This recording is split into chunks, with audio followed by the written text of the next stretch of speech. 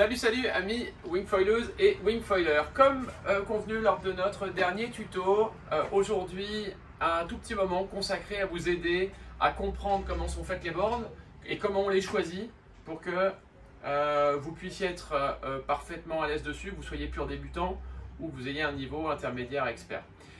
Première chose qui est très importante, pourquoi ce tuto, c'est parce que les clients, les pratiquants de tout niveau sont focus sur le volume, ce qui n'était pas une mauvaise chose l'année dernière, mais comme les boards ont énormément progressé en 2022 et qu'il y a des chefs qui sont très différents, il faut bien comprendre que le volume est un des critères bien sûr de choix, mais ne suffit pas du tout, puisque vous allez comprendre que très concrètement, pour un débutant d'abord, ce qui va être déterminant, c'est être capable d'avoir le volume minimum qui va vous permettre de monter sur la board dos au vent, à genoux sur la board avec le board attaque dont vous servez ici pour vous équilibrer, être capable ensuite de mettre l'aile en pression et quand vous n'avez qu'un pied être stable, puis après quand on se lève avoir le deuxième pied et là vous devez pouvoir avoir de la stabilité directionnelle et ne pas couler pour être dans la phase d'après qui va être la phase de vol, d'accord?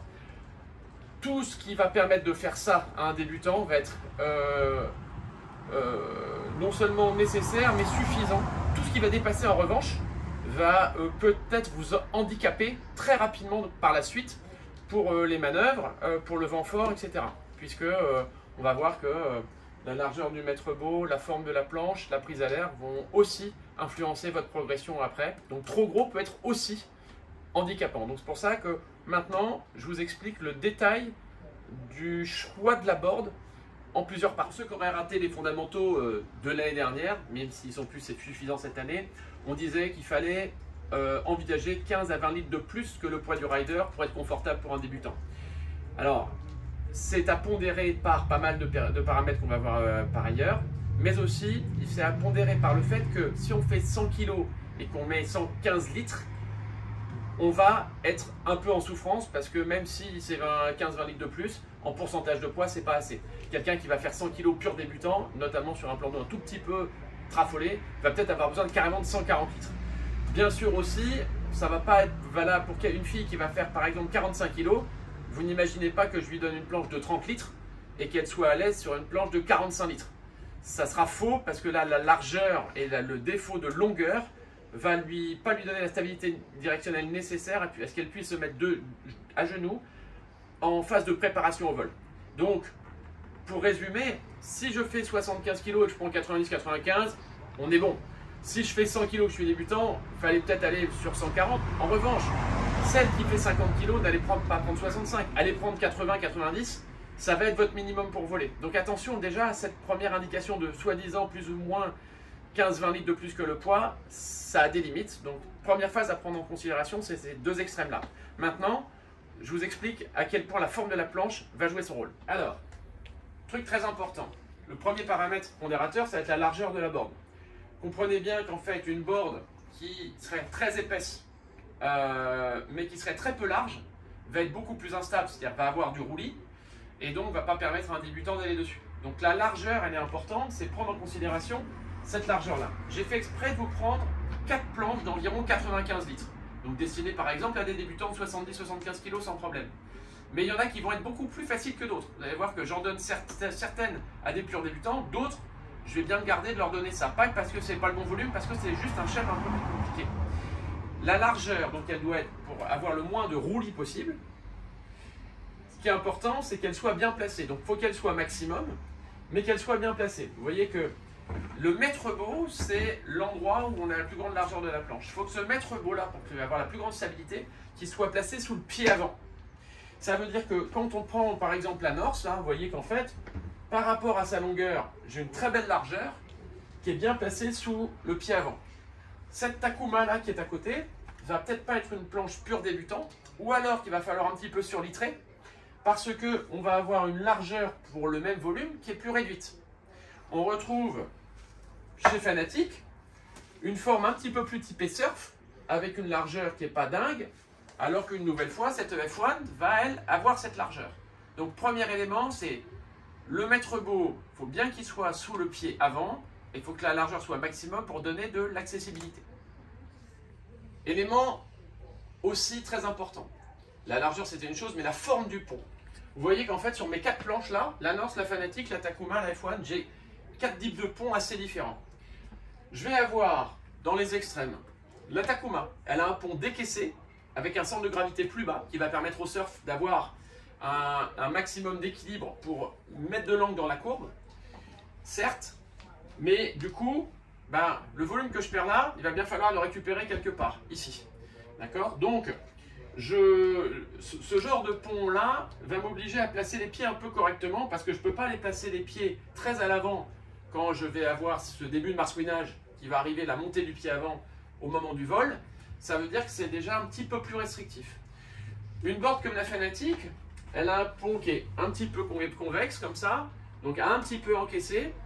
C'est un petit peu moins marqué. Je vais pouvoir déplacer aussi mes pieds un petit peu plus sur le pont. Simplement, il faut faire attention à un truc qui vous arrive tous ceux qui ont pris des cours ou qui ont commencé par eux-mêmes le savent. Il faut regarder un peu les arêtes de la board. Les arêtes de la board, c'est quand on regarde ici à quel point il y a un angle droit à cet endroit-là. Dès que c'est décaissé ici, naturellement pour retrouver la forme du rail, il faut bien avoir une arête un peu prononcée. Attention, pour ceux qui vont passer pas mal de temps à genoux au départ, vous allez avoir quand même un peu les tibias rougeaux, voire violaceux même. Donc un peu gaffe à ça, c'est à prendre en considération. Si je prends de l'autre côté la Norse, la F1, vous voyez que on a un rail qui est beaucoup plus rond, du fait que le pont plat permet de déplacer les pieds de là jusqu'à tout là-haut sans avoir de différence de forme de pont, et aussi une arête qui n'est pas blessante. C'est pas débile de le prendre en considération parce qu'on passe quand même une petite demi-heure à genoux avec le tibia sur les rails au tout début. Mais ça n'en finira jamais. Oui, il y a quand même beaucoup de paramètres. Je vais essayer de ne pas être trop long. Très important. Je ne vais pas vous parler des outlines. L'outline de la board, c'est quand on la regarde de profil, à quel point elle est incurvée comme ça. Aujourd'hui, on n'en parle pas parce que sur toutes les boards de 95 litres, on a des outlines à peu près similaires. Ça va commencer à jouer dans les petites boards. Plus on va avoir d'outline, plus ça va être manœuvrant au surf. Par contre, plus ça va être difficile à décoller quand on va vouloir passer en phase de vol, s'extraire de l'eau. J'en parle pas, on est assez proche partout. Par contre, très important, c'est cette carène. Les carènes des planches vont avoir un rôle fondamental dans pas mal de domaines. Il faut savoir les regarder. Première chose qu'on voit, c'est la surface utile de la largeur. Je vous prends l'exemple de la Takuma devant laquelle je suis. Vous voyez qu'en fait, pour une largeur qui est ici, j'ai finalement une surface utile en termes de largeur qui est assez petite.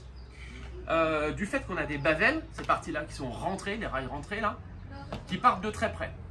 Si maintenant je prends l'exemple inverse, je vais prendre la F1.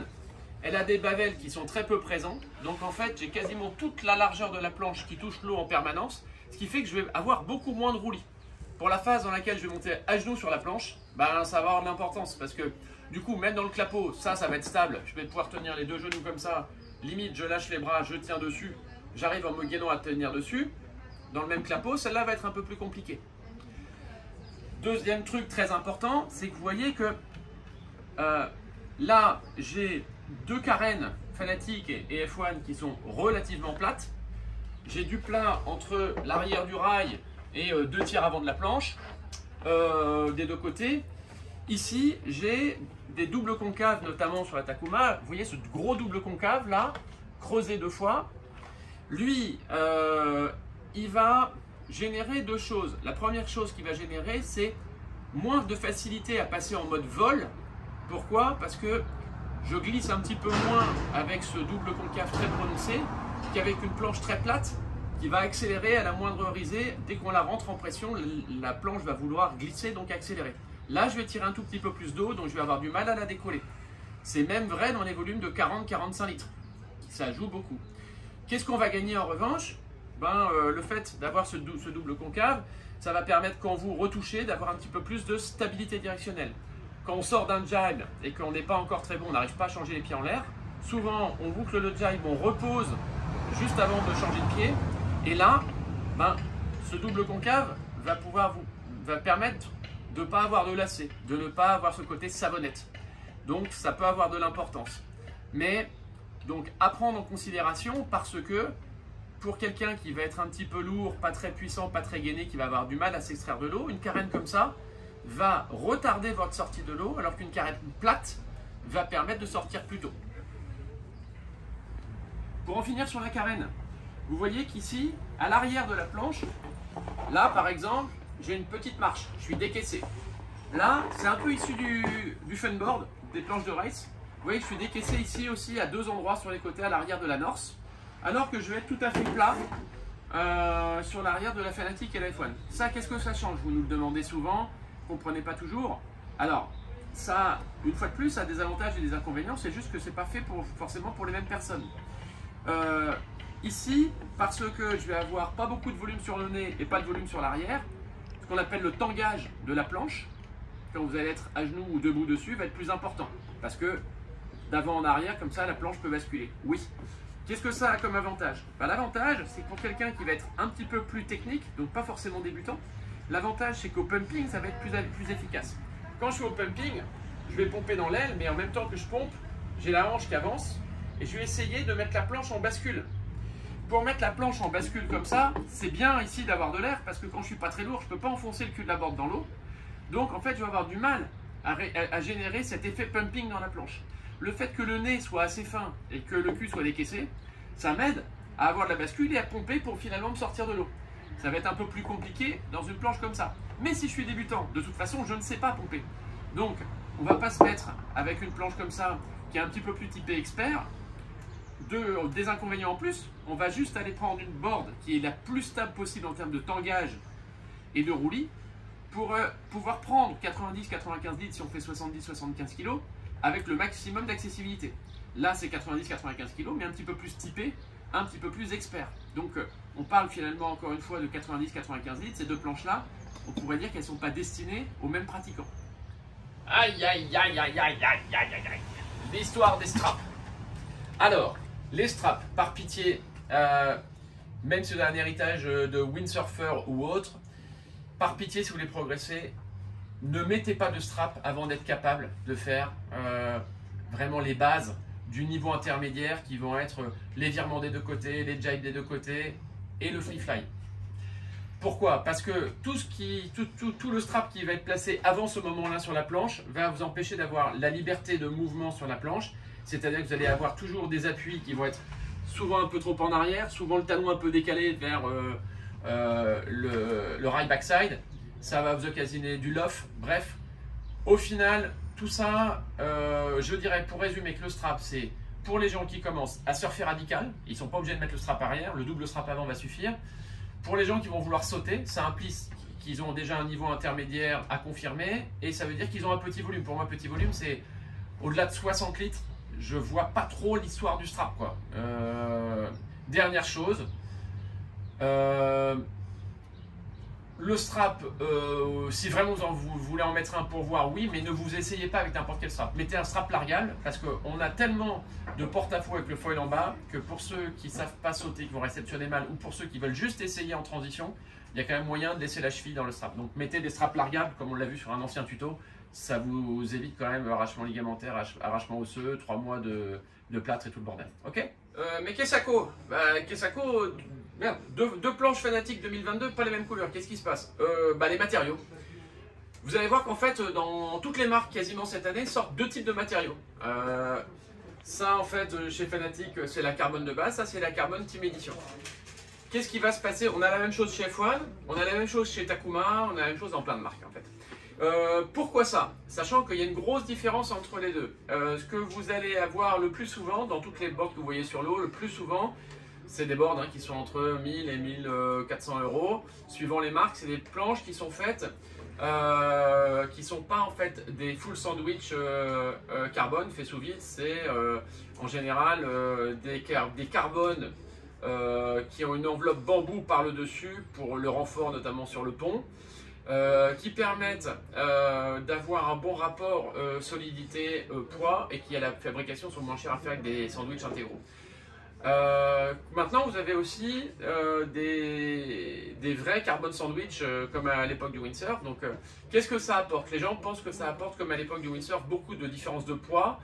C'est pas si vrai. La plupart du temps on gagne un peu dans chaque marque mais pas beaucoup. Ce qu'on gagne beaucoup c'est de la rigidité, et ce qu'on va gagner implicitement, c'est de la solidité. Alors, pour résumer, Bien sûr que pour le petit déchirateur de 19 ans qui met des 720 backer à 4 mètres de haut et qui réceptionne bien à plat comme il ne faut pas, oui, une board full carbon sandwich va permettre de ne pas enfoncer la planche au moment où on a la platine qui vient compresser. On va pouvoir ne pas avoir d'enfoncement sur le pont quand on va venir fracasser fort en réception. Ça a du sens. N'oubliez pas qu'une board full carbon, ça vaut, chez Fanatec, ça vaut 1899 €. À comparer à 1399, chez F1 on passe de 1250 à 2100 €. Grosse différence, mais c'est justifié, c'est-à-dire que c'est vraiment une planche qui est faite différemment. Pour celui qui ne va pas sauter, je vous dirais petite différence de rigidité qui va permettre d'avoir une board un peu plus réactive, notamment au surf. Ok, est-ce que la différence de prix est justifiée? C'est vous qui allez le dire. J'en suis pas certain. Pour toutes les bourses, je pense que dans ce cas-là, quand on n'a pas un budget monstrueux, aller vers une planche qui ne soit pas une full carbon sandwich, on se prive de rien. Après, pour les débutants vraiment, là je vous dirais, la messe élite, n'allez pas vous terminer sur une planche à 2000 €, gardez du budget pour ce qui va se passer dans 12 mois quand vous changerez de planche. Vous allez être sur des planches beaucoup plus petites, vous allez être plus exigeant avec la planche, vous allez avoir des appuis beaucoup plus francs, vous allez devenir exigeant par votre niveau, gardez ce budget là pour la suite. Mais sachez bien donc du coup qu'il y a deux types de construction et que c'est pas pour rien. C'est pour un type de pratique et un niveau de pratique. Alors pour répondre à ceux qui nous posent la question de savoir si le paddle gonflable est une belle alternative pour démarrer. Le paddle gonflable, pour résumer les choses, on a tout entendu là-dessus.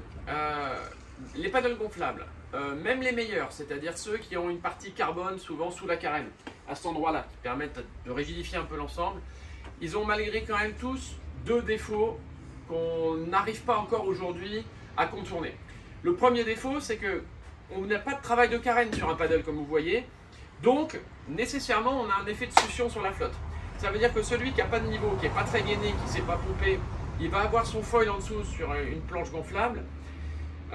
Il va avoir le problème de décoller, de déventouser la planche parce que sur toute la largeur on est ventousé à la flotte. Donc il faut un peu plus d'air pour que ça aille bien déventouser. Et quand ça déventouse, c'est un peu brutal parce que effet de succion, tout d'un coup ça part, on déventouse et ça part au loft. Donc c'est un peu brutal et dans le vent léger ça part pas bien. De la même façon dans les transitions, on change les pieds, manque de rigidité égale quand même des appuis un peu olé et donc un équilibre un peu précaire. Autre inconvénient, là c'est dans le vent fort, quand il y a 25-30 nœuds, dès qu'on est un peu auprès, le vent s'engouffre sur le nez du paddle qui n'est pas très rigide, avec une grosse prise au vent, grosse largeur en général de vent, et on a tendance à se faire sortir de la planche, à tomber en arrière parce que le vent vous éjecte à l'extérieur. Ça c'est les deux vrais problèmes du paddle, donc c'est moins facile, vent léger et vent fort, et c'est quand même un peu piano au niveau des appuis. Après, qu'est-ce qu'on gagne? Celui qui a un bateau pas énorme qui veut stocker ça, parfait, on le dégonfle, on le met n'importe où. On le garde gonflé, pas grave, ça va taper dans le bateau, on n'est pas ennuyé avec ça. On n'a pas de place dans le camion, où ça se défend déjà un peu moins, parce qu'il faut le dégonfler, regonfler. Ça veut dire que, je vous rappelle que pour gonfler ça à 15 à 17 PSI, c'est 250 coups de pompe. Hein. Donc c'est 10 minutes cardio. Bon, donc déjà un peu moins bien. Ouais, l'avantage pour des enfants, oui, si on tombe dessus, on va pas se faire mal. Après, est-ce qu'on tombe souvent sur la planche pour avoir passé 800 personnes en cours depuis le début de la wing avec le Spot Kite Center. On a mis tous les niveaux, tous les âges dessus, tous les gabarits. On n'a pas de personnes qui sont revenues en s'étant fait mal en tombant sur la planche. Donc ça, pour moi, c'est pas un critère. Le seul critère donc qu'on peut défendre, oui, c'est la capacité à le dégonfler, puis pas du tout fragile. Après, pour moi, c'est quand même plus technique partout. Et de toute façon, le jour où vous êtes un tout petit peu autonome, avec un niveau moyen, vous essayez une planche dure, le soir même, vous allez vendre d'occasion votre gonflable en disant je ne veux plus faire ce sport-là, sur ce support-là, parce que c'était bien au début, mais là, je manque cruellement de sensations et d'appui. Bon, après, il faut nuancer un peu le propos sur les gonflables. Le gonflable, il a à mon avis une vraie justification, c'est pas quand c'est une planche de wing gonflable, c'est quand c'est un vrai paddle, et qu'en fait on a envie, on n'a jamais fait de foil, on a envie de goûter un peu au truc, voir si ça nous plaît, voir on fait démarrer ses enfants, sa femme, ça devient un peu la Dufour des années 80, tout le monde monte dessus, on se fait plaisir, on essaye. Alors oui, ça a du sens, on achète juste une wing, 4 mètres et demi, 5 mètres carrés pour un gabarit moyen. Et on se dit, tiens, je vais utiliser mon paddle gonflable que j'ai déjà. Ça a du sens. Attention, vous allez faire un tout droit vers le large là. On évite d'arriver en Corse ou à Porquerolles si on fait rien d'autre que de partir avec le gonflable. Donc qu'est-ce qu'on met?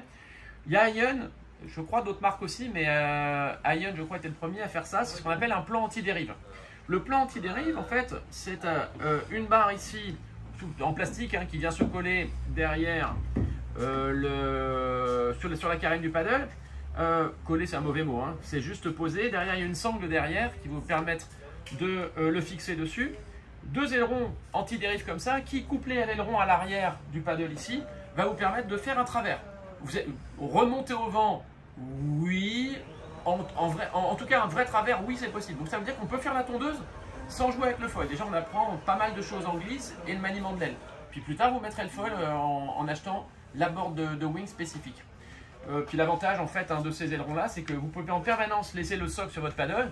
Puis pour le dégonfler, le mettre dans la bagnole ou autre, hop, vous déclipsez ici, hop, on tire l'aileron.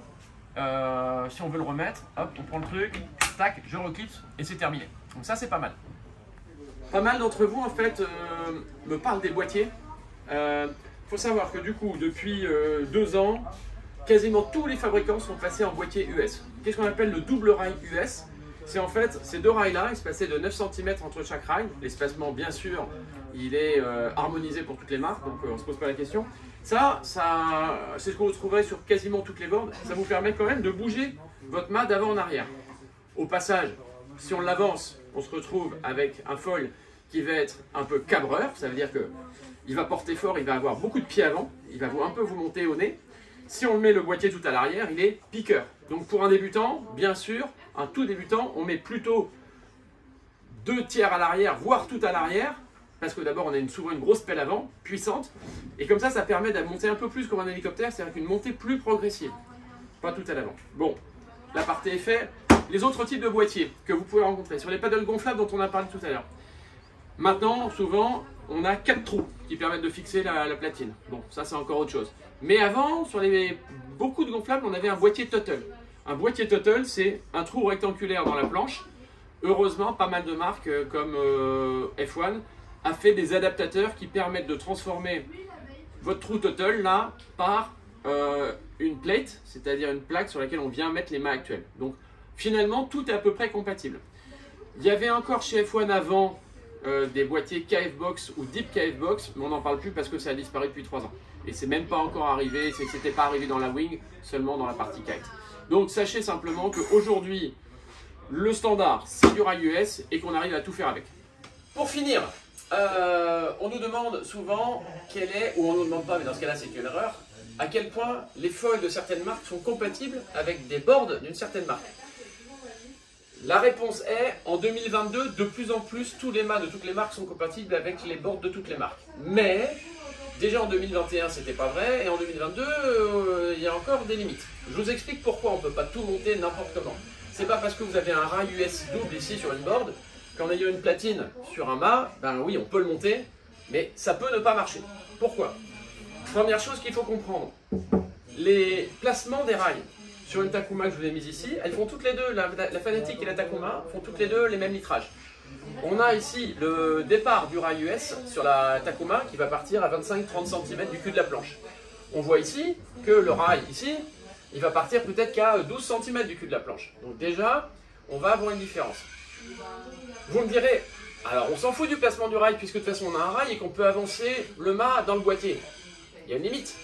C'est que, pour rappel, quand on avance le mât dans le boîtier, on va se retrouver avec un mât qui est plus cabreur. Quand on va se retrouver avec le boîtier qui est tout à l'arrière, on a un foil qui est plus piqueur. Certes, mais vous voyez que là c'est une limite puisque quand on regarde les deux boards, si je suis à fond du bas du Takuma, je suis même pas encore à fond en haut du Fanatic. Donc, on voit bien qu'il y a une telle différence que déjà ça joue. Le deuxième truc qui va jouer, c'est la forme de la board, le rocker de la board. Si j'ai une planche qui est toute plate, je plug mon mât dedans, mon mât il est droit, vertical, mon avion bien horizontal sous l'eau, on est bon. Mais maintenant, si on a du rocker comme ça, si j'ai une board qui est comme ça et l'autre qui est comme ça, j'ai un mât qui va partir quasiment à la verticale, l'autre qui va partir en arrière. C'est pour ça que chaque marque fait son avion avec une architecture, enfin pas seulement l'avion, le mât plus l'avion, donc le foil complet, avec une architecture correspondant au placement de leur boîtier sur leur planche et au rocker de leur board. Si on fait ça, on va être bon tout le temps, dans toutes les marques. On prend du 2022 Fanatic, on met tout Fanatic, on est bon. On a du F1, on est bon. On a du Takuma, on est bon. On a du North, on est bon. Toutes les marques, on est bon.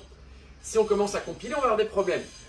Encore plus en 2021. Pourquoi en 2021? C'est parce que la récupération, en quoi les mâts des marques sont spécifiques. Vous voyez, la première chose, c'est que on n'a pas forcément une plaquette. Si vraiment on a du rocker dans la board, on n'a pas forcément un mât qui est, qui est vertical, perpendiculaire vraiment à la plaquette. On peut avoir le mât qui va tricher, qui va partir un peu en avant. Ça, c'est corrigé par l'incidence de la plaquette, ici.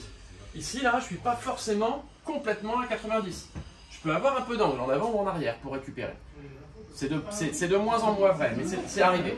Surtout, le plus important, en 2021, c'était vrai pour pas mal de marques, c'est que je vous montre 4 avions. L'avion North ici, le F1, le Fanatic, le Takuma.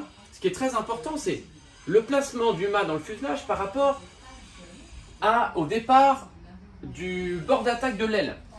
Cette année, vous voyez, regardez les 4, quasiment, hein, quelle que soit la taille de l'aile, dans les 4 marques, on va dire qu'on part à entre 15 et 18 cm de différence entre le bord d'attaque du mât et le bord d'attaque de l'aile avant. Certes, mais imaginez que l'année dernière, on allait pouvoir avoir peut-être dans certaines marques un mât qui allait être carrément ici, laissant peut-être 35 cm entre le bord d'attaque de la front wing et le bord d'attaque du mât.